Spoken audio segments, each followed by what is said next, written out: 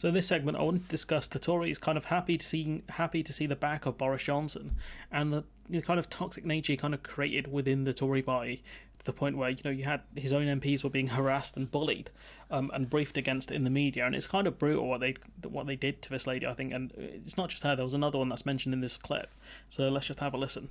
So a group of us, Conservative MPs, about 20, met in my office, and we had a discussion about, were we happy with the direction of the party? Were we happy with Partygate? This is 3 months after the first Partygate allegation, and that is the legitimate thing for Conservative MPs to do. And the papers went out. Johnson supporting papers went after you. Massively. They did, absolutely, and that's because the whips told them to. How does that? The whips told the papers to go after you. Yeah. So essentially, 20 of us met. That was our duty, because only Conservative MPs can decide who is Prime Minister during a political term.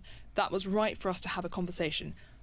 Was I launching a plot the day before I flew to Ukraine on a burner phone without my phone? No. I mean, no one can run a plot without their phone. It's a bit weird that kind of random MPs are going to Ukraine, but point being is, they can argue she organised the event because it was in her office. I think that would be a reach.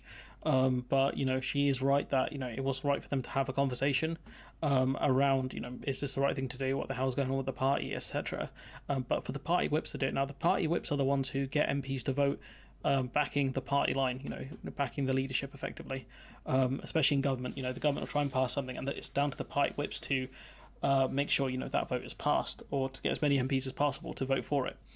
Now, the problem with that is they're there to instill discipline for the most part, not in the way that, not in terms of bullying and harassment, though there is a bit of that with the infamous Tory Black Book. But the Tory whips, you have this case where the Tory whips were briefing against one of their own MPs. That's not, that's really just gross, honestly, to go and attack your own kind of colleagues like that and to brief against them in the media. And the way they've gone about it it's really grotesque in my opinion. But yeah, I came out the meeting. I came out the meeting and the whips briefed it out immediately. The whips came up with the term... Your own party whips? Yeah, my own party whips. And the chief whip then had no interest in me meeting with Boris and having a discussion about what had or hadn't happened. And what's really disappointing is that in the week after it happened, there was 20 of us in the room, only 2 women. Who did they go after? The 2 women in the room. They briefed out that one was having an affair, which she was not, and the other they briefed out that I was a bad mother. And that was their response, to try and scare people because they recognised that Boris's behaviours had caused a significant upset within the party. And I think the reason why they stopped having a meeting with Boris Johnson is she might have realised how bad the rot was. She might have completely, you had a case where this Conservative MP was thinking about kind of not even rebelling, just having a discussion around, are we happy with where the party is going?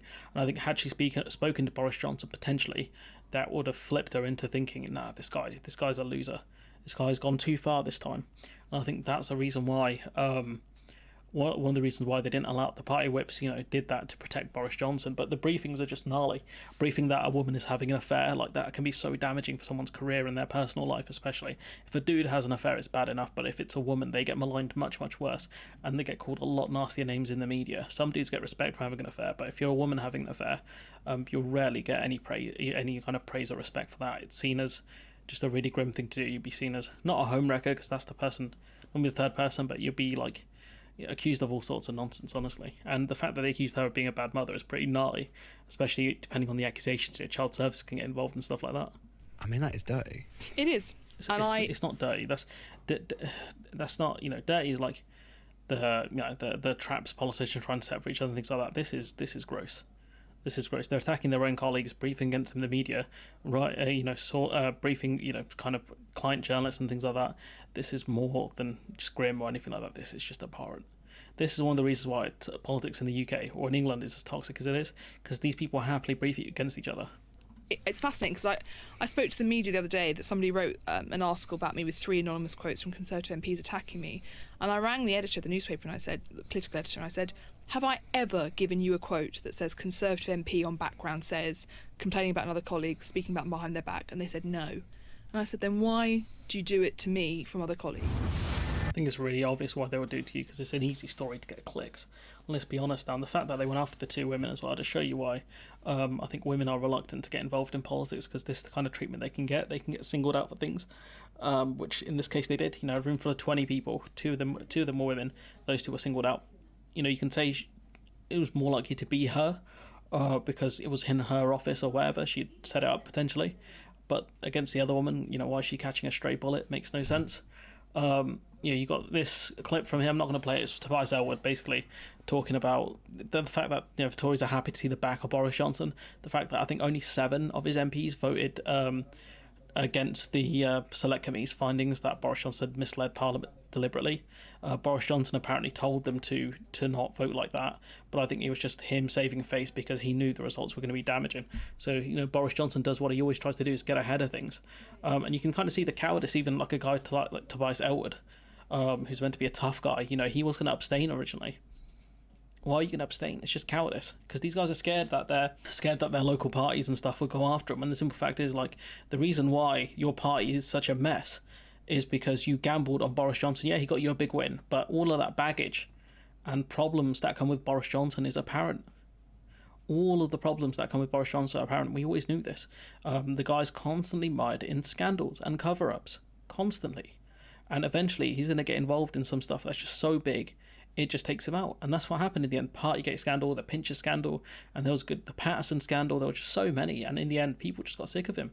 His MPs got sick of him because they had to keep lying. And then about 5 minutes later, it would be found out like what those MPs told the media was a lie. And they would have to try and correct the record and cause all sorts of damage. Because Boris Johnson thought he could get away with things with just one more lie. And for Tobias Ellwood to kind of, to originally want to abstain on this vote, just shows you that the guys, these Tories, they can talk big, they can talk against bills and all this stuff, but when it comes down to it, they won't vote against their own party. They abstain. That's what the Tory party are. The self-preservation is king for them. The only difference is Boris Johnson doesn't believe in self-preservation of the party. He believes in self-preservation from himself. That's one of the differences between him and Theresa May, in my opinion. One did everything they could to protect the party, and the other did everything they could to protect themselves. And senior Tories tell Boris Johnson to shut up and go away. It's pretty obvious. They're sick of the geezer. They're sick of him. They wanted him to go, and I guarantee there are a lot of them happy to see the back of him because he got them a big win. He got to pass probably some of the legislation they would have liked. Tobias Ellwood being kind of different to that because he's a guy who wants to rejoin the single market, even though we've gone over previously why we can't.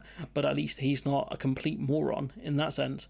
But it just shows you the Conservative Party, in my opinion, is just full of cowards. Cowards that won't vote against their own bad leadership because they're scared that they'll get in trouble with their local party, scared they'll get voted out, etc. You guys are done for the most part. I think you guys are going to get voted out en masse. At least stand for something in your final year and a bit in politics. At least show some spine. At least when the history books look back on you, they're going to say Tobias Ellwood wasn't a complete coward. And fair enough, he turned on his decision, but the fact that he was going to abstain originally just shows you the character of this person was not great in the first place. I think that goes for a lot of Tory MPs. Like, they can talk big, they can say, global Britain and all this stuff, talk Britain all day. When it comes to doing what's in the interest of the country, they simply will not do it.